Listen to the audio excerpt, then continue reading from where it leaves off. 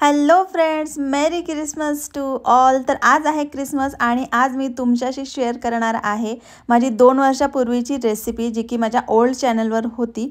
म्हटलं चला आजचा बेस्ट दिवस आहे ती शेअर करण्यासाठी। तर प्लम केक, क्रिसमस केक किंवा फ्रूट केक याला तुम्ही म्हणू शकता। तर त्याची रेसिपी मी तुमच्याशी आता क्विकली शेअर करते। आपण हा होममेड करणार आहोत आणि ऑथेंटिक पद्धतीने कसा करतात तेही मी तुम्हाला सोबतच या रेसिपीमध्ये सांगणार आहे। चला तर मग हा एकदम असा ड्राय फ्रूट्सने भरलेला छान असा केक आज आपण करूया क्रिसमसच्या दिवशी। तर छान असा मी त्याला डेकोरेट सुद्धा केलेला आहे। चला आता बघूया याची रेसिपी। तर भरपूर असे ड्राय फ्रूट्स यात घ्यायचे आहेत, जसं की मनुका, सुके अंजीर घ्यायचे आहेत, त्याच्यानंतर काजू, बदाम, पिस्ता, टूटी फ्रुटी, चेरी, काळा मनुका, अशा सगळ्या प्रकारचे ड्रायफ्रूट्स इथे घ्यायचे आहेत। यापेक्षा तुम्ही अधिकही घेऊ शकता तुमच्या माहितीतले, किंवा जे मी क्वांटिटी घेतलेली आहे त्यापेक्षा कमी सुद्धा करू शकता, ते आपल्यावर आहे। याचं काही असं खास मेजरमेंट नाही आहे। आता हे जे सगळे ड्रायफ्रूट्स आहेत ना, तर याला आपल्याला प्लम करायचे म्हणजे काय, याला भिजत घालून फुगवायचं आहे। बट ऑथेंटिक पद्धतीने जे ख्रिश्चन लोक आहेत त्यांचा हा मोठा सण आहे, तर ते कसे करतात, तर ते वोडका, ब्रँडी किंवा जे काही अल्कोहोलिक द्रव्य आहे तर त्यामध्ये ते भिजून ठेवतात जवळजवळ 20 ते 25 दिवस क्रिसमसच्या आधी। बट आपल्याला आज काय अल्कोहोलमध्ये करायचं नाही, तर त्याचं ऑप्शन मी काढलेलं आहे, ते म्हणजे ऑरेंज ज्यूस। कोणताही एक आंबटवाला ज्यूस, आंबट फळाचा ज्यूस तुम्ही घ्यायचा आहे।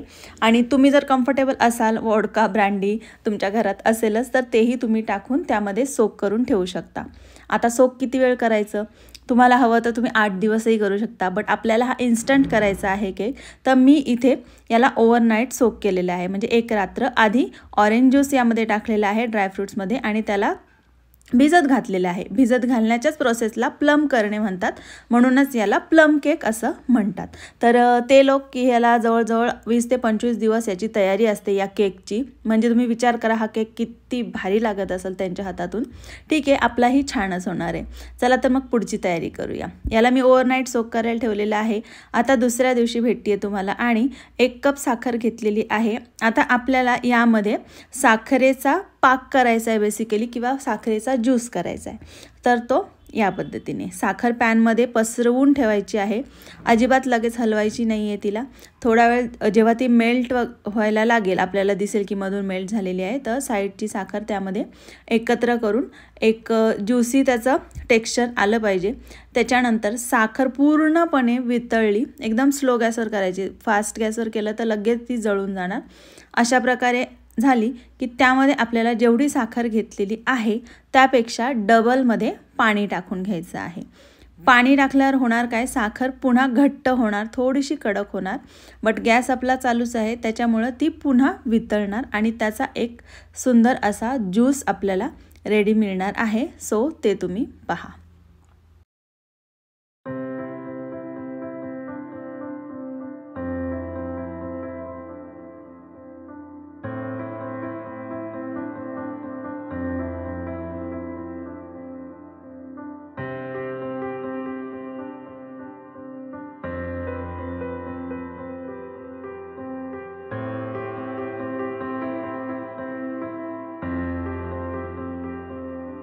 या प्रकारे आपल्याला पातळ असा ज्यूस रेडी करून त्याला थंड करायचा आहे रूम टेम्परेचरवर।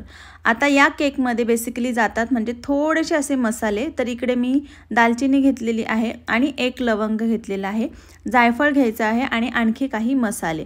तर पूर्णपणे जर तुम्हाला हे घरी नसेल करायचं तर त्याचा एक मसाला मिळतो, किंवा अशी मसाल्याची एक पुडी मिळते ज्यामध्ये जायफळ असतं, वेलची असते, दालचिनी असते, लवंग असते। मार्केटमध्ये तुम्हाला कुठे इझिली ते मिळेल मिक्स मसाला। तर तो तुम्ही आणायचा आहे आणि केकमध्ये आपल्याला याचा वापर करायचा आहे, म्हणूनच हा केक थोडासा वेगळा असतो। तर इकडे आता आपण केकचा बेस तयार करूया। तर त्यासाठी घेतलेला आहे मी इकडे मैदा, साधारण 300 ग्राम इकडे मैदा घेतलेला आहे। आणि हे पहा, हे जे ड्रायफ्रूट्स आहेत ते छानपैकी बघा भिजलेत। मी रात्रभर ठेवले होते, जसं की मी तुम्हाला आधीच सांगितलं की ते लोक महिनाभर आधी ठेवतात, बट आपल्याला पटकन करायचं आहे म्हणून मी रात्रभर ठेवलं। तुम्हाला इतकाही वेळ नसेल तर तुम्ही लगेचच 1-2 तास भिजवून सुद्धा याला यूज करू शकता।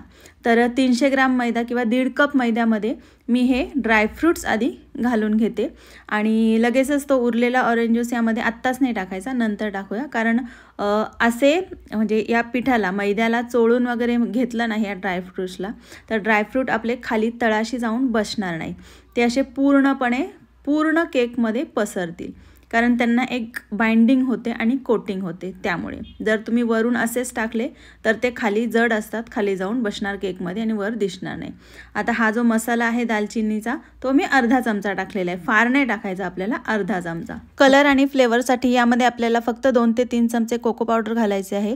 त्यानंतर 1 चमचा बेकिंग पावडर, अर्धा चमचा बेकिंग सोडा. आता आपल्याला यामध्ये टाकायचा आहे तो म्हणजे आपण जो ज्यूस करून घेतला होता ना साखरेचा पाक, तर तो यामध्ये टाकायचा आहे. शक्यतो यामध्ये पाण्याचा वापर नाही करायचा, म्हणूनच आपल्याला हा ज्यूस या प्रकारे करायचा आहे. कारण बऱ्याच जणांचे प्रश्न असतात की मग पावडर शुगर नाही का टाकू शकत ज्यूस करायच्या ऐवजी, तर नाही, यामध्ये अशा प्रकारे शुगर सिरप टाका, मी जसा रेडी केलेला आहे त्या प्रकारे. आणि त्यानंतर मग आपल्याला आणखी यामध्ये ॲड करायचा आहे तो म्हणजे ऑरेंज ज्यूस, जो आपला ड्रायफ्रूट सोबतचा शिल्लक आहे तो, आणि आणखी आपल्याला गरज पडली तशी, जशी केकची कन्सिस्टन्सी असते तशी. बट हा जो केक असतो थोडासा असा थिक सायडर असतो, म्हणजे थिक असतो थोडासा, त्यामुळे खूपच पातळ बॅटर याचं इडलीसारखं पण करायचं नाही आहे, थिकच ठेवायचं आहे. यानंतर पूर्णपणे ते मिक्स केल्यावर यामध्ये मी 2 चमचे तेल घातलेलं आहे. इथे तुम्ही तेल घाला, तूप घाला किंवा 2 चमचे बटर घाला, काहीही चालेल. ओके, मी तेलच घालते. सो तेल घातलेलं आहे आणि त्याच्यानंतर कन्सिस्टन्सी मॅनेज केलेली आहे पूर्णपणे. आणि शेवटी एक पदार्थ जाईल तो म्हणजे विनेगर. याच्याने आपला केकचा जो आतला लेयर आहे तो खूप स्पॉन्जी मस्त होणार आहे आणि केक असा हलका लागणार आहे, कारण खूप पण कोरडा केक किंवा जड केक खायला चांगला वाटणार नाही. ऑलरेडी यामध्ये खूप सारे ड्रायफ्रूट्स आहेत, ते तुम्हाला कटिंग करताना दिसतीलच. सो असा हा केक, किंवा तशी तर सोपीच पद्धत आहे, फक्त यामध्ये ड्रायफ्रूट्स भरपूर जातात प्लम केलेले, म्हणून हा छान असा प्लम केक होतो. आता मी याला बॅटरला आपल्या टीनमध्ये पोर करून घेतलेलं आहे आणि वरून आणखी काजू बदाम वगैरे चोको चिप्स वगैरे टाकलेले आहेत. त्याच्यानंतर 180 डिग्रीला ओव्हनमध्ये करते मी हा आज. 180 डिग्रीला याला आपल्याला 40 ते 45 मिनटं लागणार आहेत बेक होण्यासाठी. आणि कढईतली प्रोसेस तुम्हाला माहितीच आहे कशी करायची. सो बघा तुम्ही, मस्तपैकी आपला हा केक बरोबर याला 45 मिनटं लागलेले आहेत आणि बेक झालेला आहे. तर यस, मस्त आणि इतका खमंग असा वास सुटलेला आहे याचा ना, घरभर पसरलेला आहे, कारण यामध्ये ड्रायफ्रूट्सच एवढे आहेत मस्तपैकी. आणि मैद्याशिवाय जास्त कोणतेच वेगळे पदार्थ आपण यामध्ये टाकलेसुद्धा नाही, तरीही हा केक इतका भारी होतो. तुम्ही नक्की ट्राय करा. ड्रायफ्रूट्स तुमची चॉईस आहे, कमी जास्त करू शकता, असं काहीच नाही की एवढेच टाकले पाहिजेत, मी टाकले तेवढे तुम्ही जास्तही टाकू शकता. सो छानपैकी छोटासा माझ्याकडे सेंटा होता, बेल होती आणि स्टारची लाईट होती. सो मी छान असं डेकोरेटसुद्धा केलेलं आहे. सो कट करून दाखवते. मी कट करताना पण ते ड्रायफ्रूट्स बाहेर पडत होते, म्हणजे इतके लोडेड, फुल्ली लोडेड असा हा क्रिसमस केक झालेला आहे, तुम्ही पाहूही शकता.